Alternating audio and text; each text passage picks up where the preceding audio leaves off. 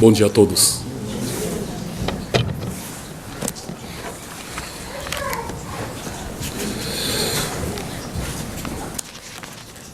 O ensinamento lido hoje,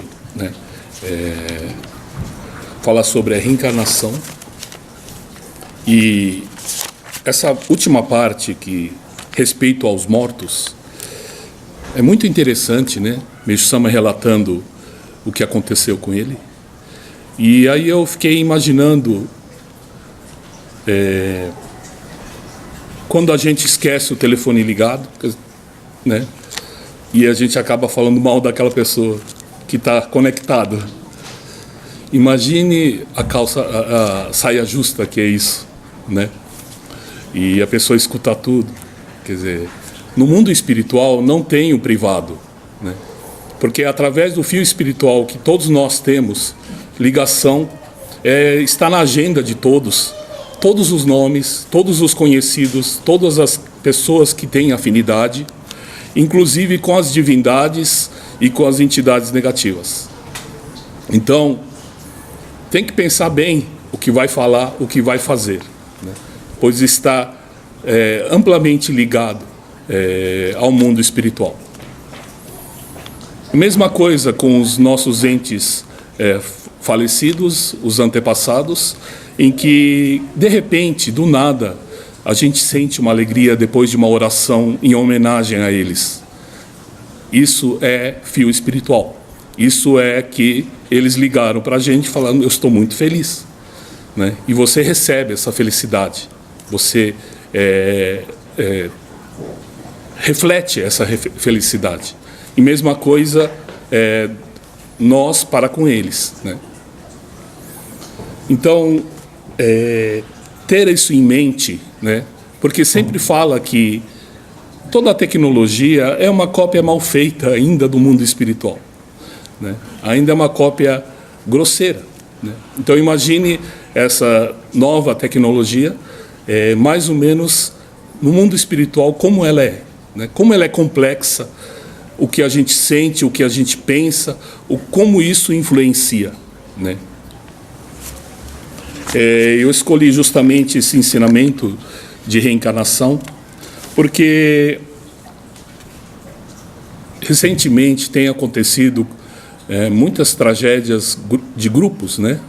E coisas que a gente não consegue entender simplesmente pela ótica materialista, né? E isso tem sido feito perguntas aqui no templo sobre o porquê de tanta tragédia e o porquê de tanto sofrimento, né? Aqui Meixo Sama nos explica muito bem, né, sobre as reencarnações e principalmente as reencarnações prematuras.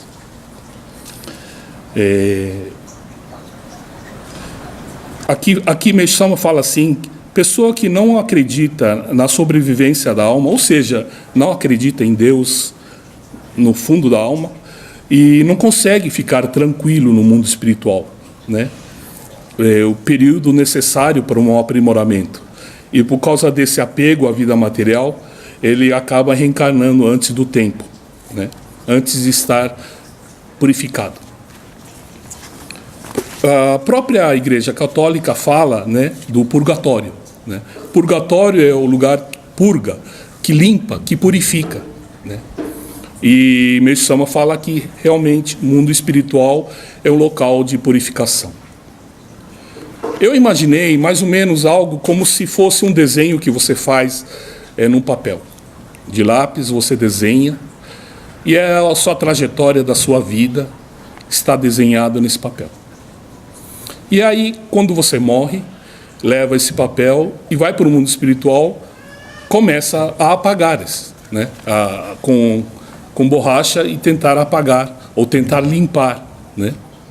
E voltar ao mundo no papel branco, né? Ou voltar ao mundo pelo menos apagadinho, né? Mesmo que esteja ainda as marcas do lápis, mas você consegue começar uma outra vida no papel semi-branco, podemos dizer assim. Agora você imagine uma pessoa que morre devido ao apego, volta praticamente imediatamente. É um desenho anterior, está ainda muito vivo, né? E aí você vai desenhar por cima desse desenho anterior. O que acaba fazendo? Acaba praticamente desenhando da mesma forma que está, né? E aí a gente sente, né, na vida das pessoas um encavalamento de desenhos, ou seja, praticamente vira um desenho do Picasso, uma coisa que ninguém entende, uma bagunça de linhas, né? E essa vira a vida das pessoas, vira caótico, né? Porque se a gente parar para pensar, se tudo no mundo que é feito tem um efeito kármico, né? O mundo, se a gente lê história, estuda a história da humanidade, tantas coisas, né, terríveis, caóticas, que o ser humano aprontou, que o ser humano pecou, né, podemos dizer assim. E se isso viesse sendo cobrado na sua totalidade, o mundo já teria acabado, né? O caos já teria tomado conta. Mas por ter um mundo espiritual em que as pessoas vão e se purificam, né? Nem que seja um pouco, já dá para ainda o ser humano viver nesse mundo, né? Senão já teria realmente virado, né, um caos, né? Mas devido ao tempo, né, o tempo em que Jesus fala da época do fim do mundo, ou seja, do juízo final, há muitos espíritos, muitos que querem encarnar nesse mundo, né? Há uma pressa, pois é um momento, um ponto alto da humanidade, ou seja, em que muita coisa vai se definir. E nessa definição, todo mundo quer estar. Mesmo que não esteja purificado, as pessoas vêm assim mesmo nesse mundo, né? E aí a gente vê a vida encavalada das pessoas, né? Pessoas ricas nascem pobres, e aí é nítido que a pessoa foi rica. Tem todos os trejeitos de uma pessoa rica, né? E um oriental que nasce no Ocidente, com todo costume do oriental, mas é ocidental, ou vice-versa, um ocidental que nasce no Oriente, se sente um pouco peixe fora d'água, né? E negros que nascem brancos, brancos que nascem negros, o homem que nasce mulher, mulher que nasce homem, né? E a própria rivalidade que você tem com um certo espírito, se ela vem sem esse período de purificação, ela vem muito forte a ligação de raiva, de ódio, né, entre essas duas almas, entre esses dois espíritos. E ao nascer, né, está a flor da pele. Ontem aconteceu uma tragédia, parece na Paraíba, em que o taxista estava fazendo uma manobra e aí ele xingou o outro, e o outro saiu do carro em 8 segundos, discutiram em 8 segundos, e ele veio a matar o outro. Quer dizer, em 8 segundos veio tudo à tona. Veio aquilo do passado, veio tudo à tona. Aquele desenho forte, desenhado com muita força, veio tudo aquilo. Em 8 segundos a pessoa lembra de tudo e comete, para estragar a vida inteira, tanto do taxista como dele, né? Foi preso, tudo. Então, essa coisa prematura, né, espiritualmente, que nós trouxemos, está nítido nesse ensinamento o amor de Meishu Sama, o amor de Kannon, quando ele escreveu esse ensinamento. Aqui está nítido em que Meishu Sama está falando para os membros, para as pessoas que, apesar de ter abraçado a fé, apesar de ter devotado, né, 100% a Deus e Meishu Sama, há muita infelicidade, né, ainda na vida dessa pessoa. Aqui Meishu Sama fala, calma, né? com esse ensinamento, ele fala, uma hora acaba. Uma hora, né, uma coisa que você deveria ter feito no mundo espiritual, trouxe toda essa carga para o mundo material, precisa ser eliminado. Se você quer alcançar uma paz de espírito e uma felicidade, precisa limpar toda essa sujeirada, né? E ele, nesse ensinamento, fala, calma.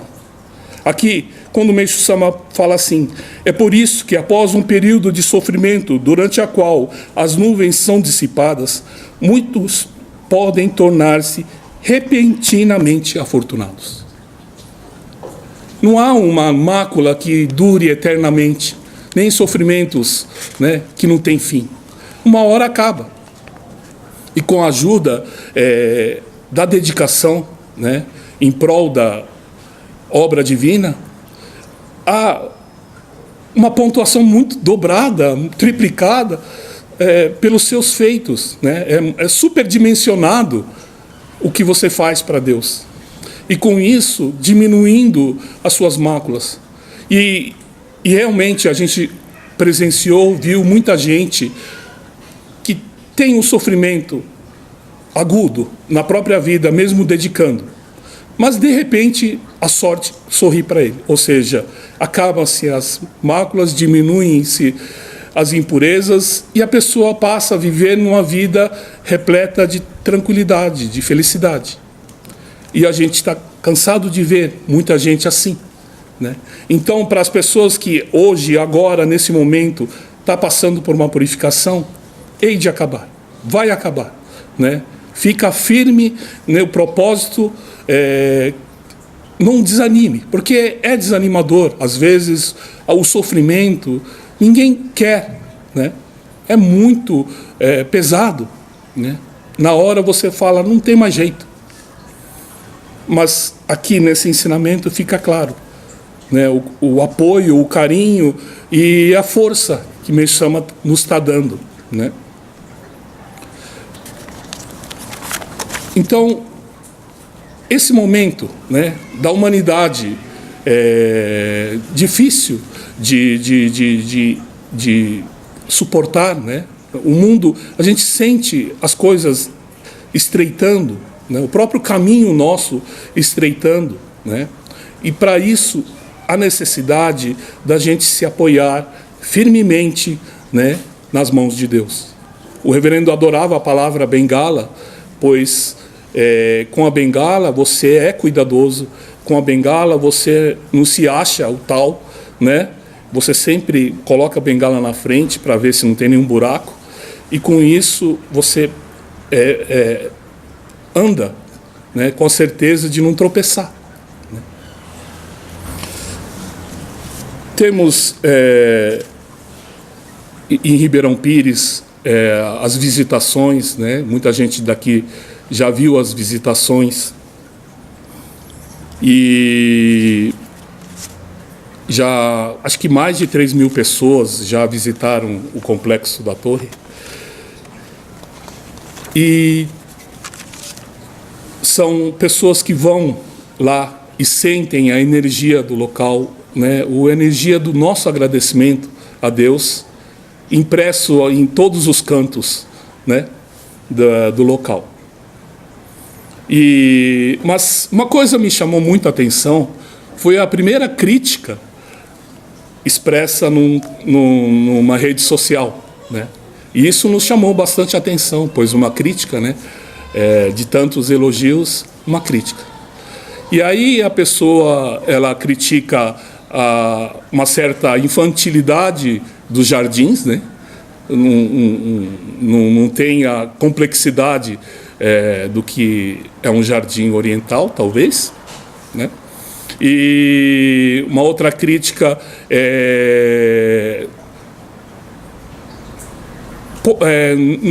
pouca coisa, né, ainda para se mostrar, enfim, tem uma crítica ali colocada. Só que eu queria, não é responder, né, mas eu queria dizer para essa pessoa que tudo isso foi feito por amadores, né? Porque Meixo Sama colocava os profissionais para trabalhar ele sempre acabava brigando com os profissionais, porque os profissionais queriam fazer do seu jeito, né? Não, esse daqui é o tradicional, mas eu não quero o tradicional, eu quero assim. Não, mas não dá. Então desse jeito eu não faço. E brigavam sempre com a ponto de ter que mandar embora os profissionais, né? Mesmo a construção do templo, ele mesmo edificou o templo com as medidas sem consultar arquiteto. Depois que estava pronta a planta, consultou o engenheiro arquiteto, aí eles falaram, está ótimo, está perfeito, as medidas, a carga, a distribuição de carga está perfeita, né? Então, era algo, uma coisa assim, estranho dizer, mas Meixo Sama era fã dos amadores, porque os amadores fazem com o coração, fazem não uma coisa por dinheiro, né, ou pelo status, e sim com amor, com o coração, né? Então as pessoas plantam as plantas lá na torre, talvez de uma forma errada, talvez, mas a própria planta vai se colocar no lugar, vai, né? Mas a importância é do sentimento colocado, né?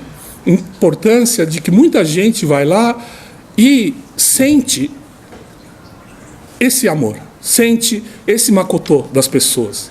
E sem saber explicar o porquê, fala, foi maravilhoso o dia, me senti muito bem, me senti muito alegre. Enfim, toca algo que eles não, né? Eles também não sabem que tem, né? Então,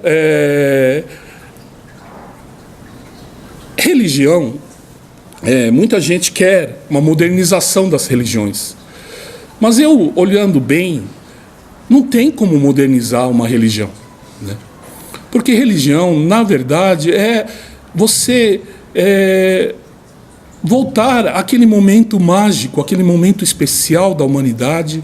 No caso de Jesus, foi o momento, né, das pregações dele, da oração, Pai Nosso, da Santa Ceia, enfim, né? A vida dele, por si, foi o momento que a humanidade, aquele momento, né, é Deus na Terra, né? Então você recordar, viver aquele passado, você está naquele local, naquele momento, naquela vibração, naquela luz, né?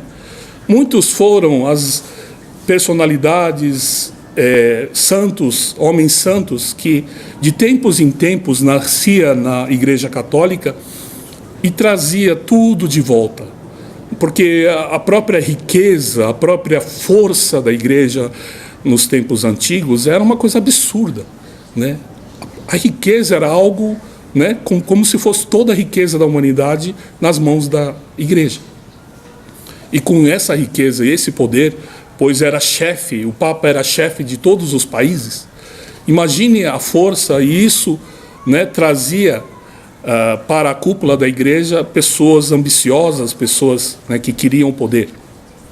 Em tempos nasciam grandes santos. O caso mais nítido é de São Francisco de Assis, né, que traz toda uma lembrança da vida de Cristo e como ele passa a querer viver também como foi a vida dele, né? E com isso trazendo a igreja de volta à sua origem, né? Nós da Messiânica temos que sempre estar voltando a essa origem. Qual é a origem? Meixo Sama tinha a casinha dele que ele morava e os dedicantes em volta, dedicando em prol da obra divina. E Meixo Sama falava sempre: vocês estão divulgando o que acontece nessa casa, né? Vocês contam os milagres que vocês presenciam? Pois espalhem o que acontece aqui nessa casa, né? Não é um Big Brother, mas é algo, né, que é importante a gente saber. Porque aqui, por exemplo, né, templo é a casa de Meixo Sama. E daqui os milagres acontecem, daqui espalha-se a luz, né? e ficar para os membros, né, frequentar e assistir aos milagres das pessoas melhorarem a vida, melhorarem de doenças incuráveis, né, tudo isso é para a gente passar para outras pessoas. E muitas vezes as pessoas focam no ser humano, então acaba passando o que o ser humano faz. Ser humano é ser humano, né? Mesmo pessoas da igreja vai errar, vai fazer muita besteira, né? Mas o foco tem que ser nos milagres. O foco tem que ser nessa nova forma de viver a vida. E como foi na época em que Meishu Sama construía os solos sagrados, né, de Hakone e Atami, tudo acontecia. Era um momento realmente de muita luz que descia, né, naquele momento, e que doenças incuráveis, tudo isso, né, melhorava, tudo isso era purificado de uma forma muito rápida, né? Mas é aquele momento, né? E com o reverendo aqui, ele conseguiu, né, trazer de volta, mesmo no Brasil, esse momento especial, esse momento mágico. Ou seja, a construção da torre foi de milagre atrás de milagre. Porque se a pessoa, por exemplo, essa pessoa que criticou, ela falou, o local tal é bem melhor, né? O local X é bem melhor. Mas nesse local tal foi colocado, bom para eles, né? Mas uma fortuna avaliada em centenas de milhões, né? Porque tinha todo um apoio, né, de vários empresários, e foi feito com profissionais do mundo inteiro. Veio da Tailândia, veio do Japão, os melhores aqui do Brasil, enfim. Foi feito algo, né, com a mão de obra especializada. No nosso caso, a gente recriou, justamente por necessidade também, né, da falta de recursos, aquele faça você mesmo, né? Quando empacou a construção da torre por causa da telha, vamos importar a telha do Japão. Aí fez o orçamento, a gente abriu o olho desse tamanho, falei, não vai dar. Aí na semana seguinte apareceu uma pessoa que era especialista, ele pediu as contas da Schmidt, da fábrica de porcelana, e ele era o moldador, pessoa que fazia os moldes. Aí eu falei, você faria os moldes? Você faria as telhas, esse aqui igualzinho a esse? Eu falei, não, isso é fácil. Para quem sabe, né, é fácil. E aí ele começou a fazer. E aí a gente todo contente, os membros passaram a lixar, a limpar e a pintar de ouro. Enfim, estava tudo certo. Aí deu um problema. A gente queimava de 10 em 10 no nosso forninho. Aí 10 em 10 nós vamos levar quantos anos, né? 15 mil. Aí, quanto custa um forno? 40 a 60 mil. E quanto custa um forno industrial para telha? 2 milhões. Aí a gente ficava, não vai dar, né? Aí, um belo dia, apareceu o rapaz, também mandado embora de uma fábrica de fornos. Falei, não, é simples, faz assim, assim, assado. Né? Falei, você faria para a gente? Faço. Ele cobrou, acho que foi pouca coisa, e fez para a gente um forno gigante. Aí começamos a queimar de quantidade, né? E aí muitas outras milagres foram acontecendo. Aí no caso, a gente precisava fazer entalhe, precisava da máquina, apareceu também o técnico em máquina. Mas nos momentos certos aparece. Não apareceu no começo, há 10 anos atrás, quando não adianta aparecer antes, né? Tem que aparecer no momento certo. E aí no momento certo as coisas acontecem. Então tudo isso eu queria muito conversar com essa pessoa, né? E explicar que aqui tem um gostinho diferente. Não foi usado os recursos que foram usados nos que você cita, nos locais que você cita. E sim, totalmente o amor dos membros, né, e a vontade dos membros de fazer. Um buraco gigante foi feito para o lago, né? Todo mundo empolgado. O projeto inicial era para ser pequenininho, de repente já estava, né, um lago, porque todo mundo começou a ficar muito feliz de estar lá, ajudando e dedicando, né? Mesmo quando foi fazer a Canon, a gente foi fazer um orçamento na Itália e veio cifra de milhões. Aí a gente desistiu. Aí no que a gente desistiu, o único que tem o robô para poder, né, esculpir a parte grossa, ele propôs que faria a nossa Canon em torno de serviço. Mas eu falei, não tenho dinheiro para pagar. Aí ele falou assim, não, você me dá um serviço, em troca eu faço a Canon para você. Né? Mas ele falou que não faria nenhuma parte de carregar, de dourar, nada disso ele faria. Lixar, nada disso ele faria. Eu falei, mas isso aí deixa com a gente. Né? A gente faz com todo prazer. E foi dourado pelos membros, foi lixado pelos membros, enfim, foi feito pelos membros, né? Foi feito com Makoto.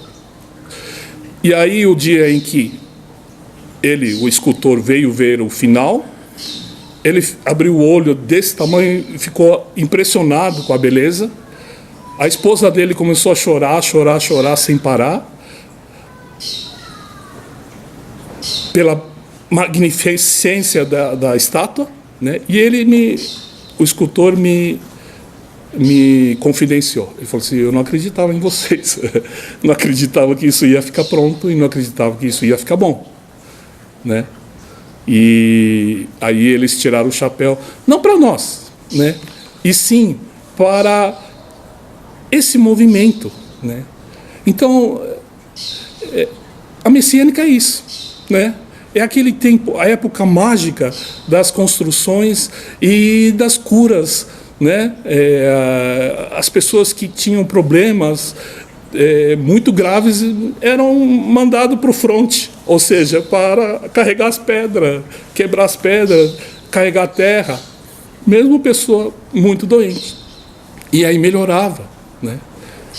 Era algo impressionante. Meu avô conta que era uma coisa assim, tinha gente que cuspia sangue, cuspindo sangue, todo mundo ficava assim, mas melhorava, né? Até pouco tempo atrás, essa pessoa veio conversar com a gente, conversando sobre esses momentos mágicos, né? E aí não é um momento que você fala, cara, agora acabou, agora nós vamos virar uma instituição assim, assim, assado. Ou seja, né, querendo adaptar-se aos tempos modernos, não sei. Não. A gente sabe que é importante voltar naquele momento, né? E fazer algo daquele momento, né? A gente tem na internet, a gente tem um apelido que a gente é meio xiita. A Luz do Oriente é xiita, ou seja, eles levam à risca. Mas, gente, quando a gente faz algo, você tem que levar à risca, né? Fazer mais ou menos é melhor não fazer. É melhor fazer algo à risca, porque pelo menos tentar fazer à risca, a gente sabe a força que desce dessa atitude, né? Então,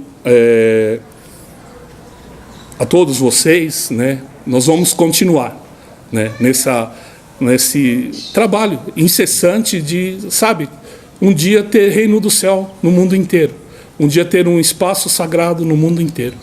E aí estará feito a vontade de Deus, né?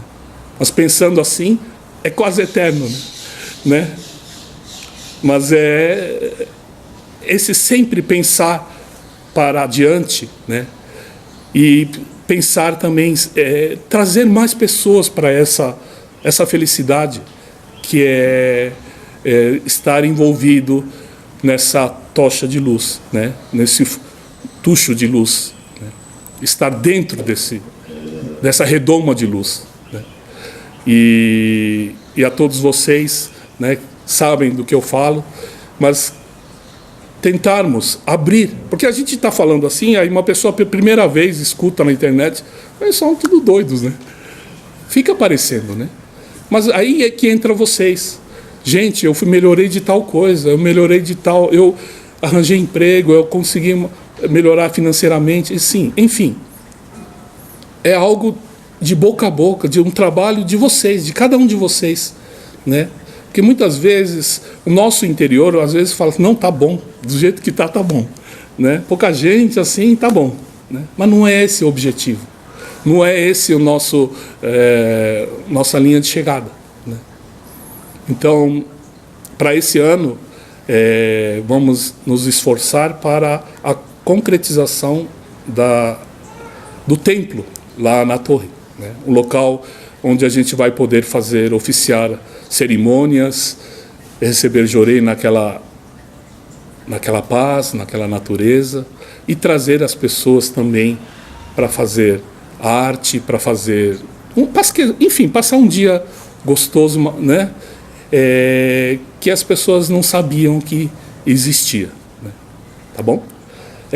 Pela presença de todos, o meu agradecimento e continuarmos, né, a estar conectado com o Meixo Sama, ou seja, através das orações, através da leitura dos ensinamentos, né? Porque é incrível, a leitura do ensinamento é algo como se fosse uma energia que precisa ter aqui. E quando a gente lê, ela purifica essa região, como se abrisse, né? Porque aqui é a região do terceiro olho, onde a gente sente as coisas espirituais. Mas aqui está muito bagunçado, muito maculado, né? Então a gente não consegue sentir muitas vezes. Mas com leitura de ensinamento, ela é a energia que precisa para cá. E com a falta de leitura, vai baixando essa energia e aqui vira lugar que os negativos começam a bagunçar, né? Então, para a gente não ser bagunçado pelo negativo, precisa estar aqui, sempre, aqui e aqui, sempre em ordem, né? Então, não perder esse costume todo dia, porque pulou um dia, vai ser mais difícil recuperar esse dia pulado. Então, esse pouquinho do dia ajuda muito a gente manter, né, tranquilo a vida, pelo menos para o próximo culto. Tá bom? Muito obrigado a todos.